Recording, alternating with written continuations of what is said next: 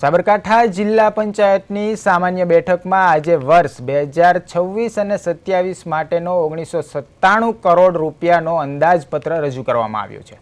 વિકાસલક્ષી અને લોકાભિમુખ કાર્યોને પ્રાધાન્ય આપતા બજેટમાં માર્ગ, શિક્ષણ, આરોગ્ય અને પાણી બચત જેવા મુદ્દાને વિશેષ મહત્વ અપાયું છે।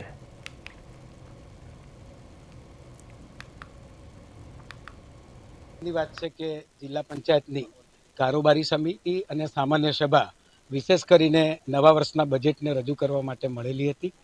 બજેટ સત્રની સાથે સાથે વિકાસના કામોની ચર્ચા પણ કરવામાં આવેલી હતી।